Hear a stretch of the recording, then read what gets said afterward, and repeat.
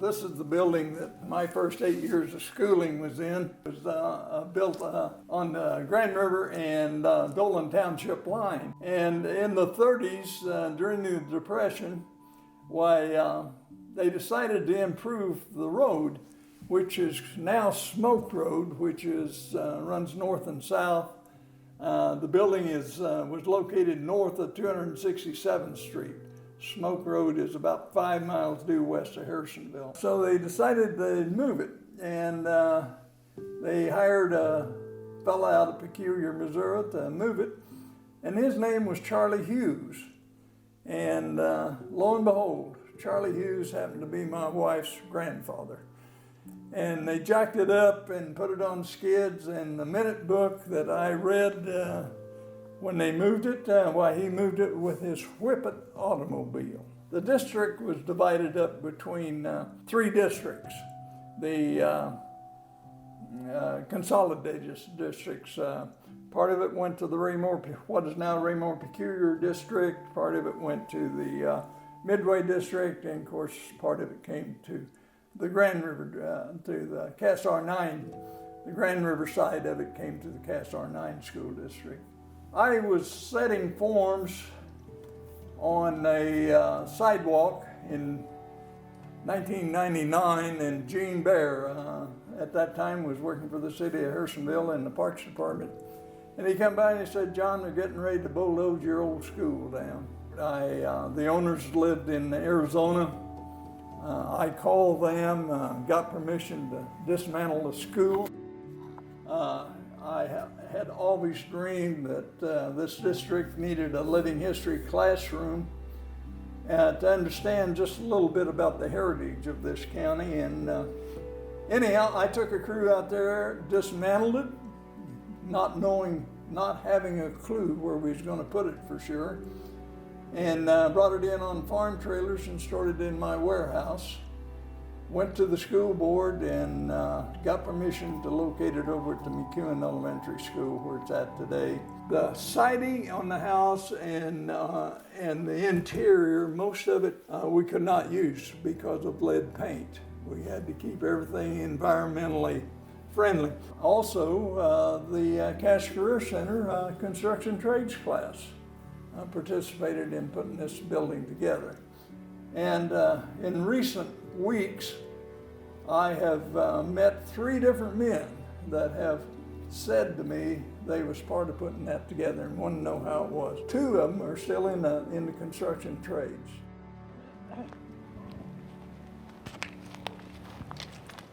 This is a little bit about where it was located, and of course originally built in 1876.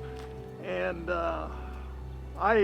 it was my opinion that material come from the northern white pine timber, probably out of Wisconsin or Minnesota, and floated down the Mississippi River and then brought up either by rail or by boat to Independence or Kansas City area, and then had to be brought down by horses or mules or ox cart one in order for them to have the material to build it with. We show the donors that contributed financing to the restoration of this project, and their names are engraved in the brick here. And some of these donors gave $5,000 to this project. We raised over $147,000 in cash and in-kind materials. And when we got done, we had a surplus, and we left that with the Harrisonville School Foundation so they'd have funds to maintain it. So, anyhow, the original building was 20 foot wide, and then in 1947 they added on the front part here 8 foot and made a little library and a coat room and put on the front porch. And that was a major remodel job in those days.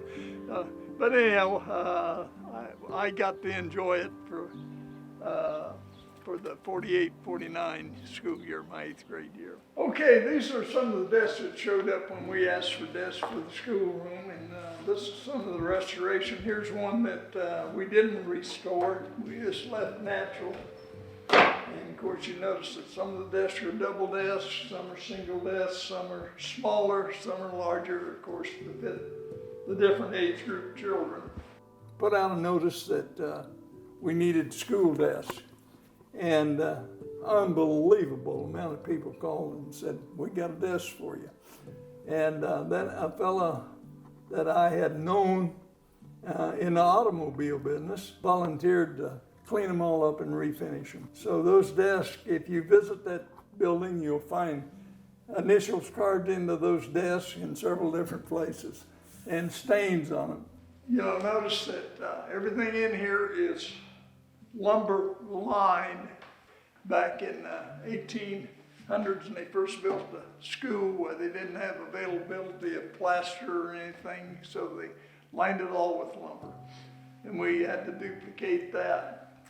And you'll notice the blackboards that is actually blackboards, boards that's painted black. And this is a sample of the original boards that was built in the school. My mother and her siblings wrote on that, I wrote on that, and my brother and sister wrote on that. So when I dismantled the old building, I got to wondering how much of that chalk that my relatives had rubbed in the cracks. It was a challenge to come up with this teacher's desk. This is called a paper guard, so the wind wouldn't come along and blow the papers off. And this was found in a building, a bus barn building down at Archie, Missouri. And it had been painted over about 3 or 4 or 5 times, and the fellow that redone the school desk for us, he took and removed the paint off and got it down to the original wood for us, so we'd have an original school desk. Lighting originally, of course, was kerosene lamps, and we was able to find these in Pennsylvania. They restored, had restoration type things, so we got them and brought them in. Electricity didn't come to the school until 1947, and these are original globes that was in the building when they wired it in 1947. A lady had taken these down and stored them, and when she heard that we was rebuilding the school, she called me and told me that we could have them. The old wood stove over here, except it's a coal stove, a Charter Oak, I think, provided to us from a fellow over at Strasburg, Missouri, if my memory serves me right. And he had found this and restored it for us. And anyhow, we felt blessed that we was able to come up with that. The blackboard here on the side of the building, here in the classroom, was the one that the neighborhood notes came on. If somebody had a litter of kittens and they wanted to give away a cat, they would write, or if somebody had a baby, or if the mayor had a colt, that was the neighborhood news bulletin board. I don't remember where the maps came from. Things, as we was assembling this and the word gets out, everybody had a little something they wanted to put, and these maps showed up from one of the rural schools, but I don't know which one. Here's the dictionary. As I look down at the floor, I need to share this story. This is some of the original flooring that was in the original building. And there was 2 young men that earned their Eagle Scout award. One of them restored, scraped all this flooring off for us. He took all the paint and so forth off of it, and one of the boys painted the fence that's out around the courtyard. We did have a guest book here, and people had signed in, but here is part of it here. Where they had signed, here's one that was May the 11th, 1917. And we got several things here. Here is a float that the school put together in 1928 for the Freeman Fair. As you can see, the old wooden wheels, vehicle wheels. Here is an original picture of the building before we dismantled it. Here is some of the crowd that gathered for groundbreaking and for dedication. And here is some of the pictures of the building. This shows the desks that we talked about here, the chairs. Here is the young men that helped me put it together. Keep in mind that all of this material that you see here on the sidewalls is stuff that we salvaged when we dismantled the building. This is the students, and I'm thinking this would have been 1947, 48, because this is my brother. He was a second grader, and I was a seventh grader. Here's a picture of when we started excavating for the side here. Here's again the picture of the float. Here's the graduation class. I don't know what year for sure. This would have been 1949. That's a 48 star flag. We had difficulty coming up with that. The picture of Washington and Lincoln, those showed up from other schools. Somebody had saved them from other schools. I wanted to show you this. This is the nails that assembled this building originally. And you notice that these are all cut nails, or square nails. Nails were originally were manufactured out of a piece of flat steel, and they were sheared. And this was the different sizes. So you have 5 different sizes of nails that assembled this building. By the time, originally, putting heads on these square nails was a cottage industry. In other words, they'd heat it in a charcoal fire and take a hammer and brad the head. And there was an immigrant from Europe that came in, and he seen that we need to get these heads in, so he invented a machine that these flat nails would lay in and put a head on. Had several people thought that I'd put together a puzzle when I put this together to demonstrate the different sizes of nails. We probably ought to talk a minute or two back here. Of course, this is the library. This was the coat room when they remodeled it in 1947.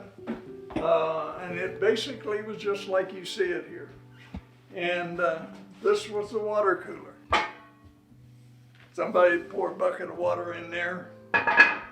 And of course it set out here a little further, and in those days we had to bring your own drinking cup in order to fill it. And then on this other side was the library, the world history books. When I first came to this school, I was 5 years old, and 1941, just prior to the bombing of Pearl Harbor. Came on Labor Day, 1941, poured down rain, sopping wet when I walked in the front door.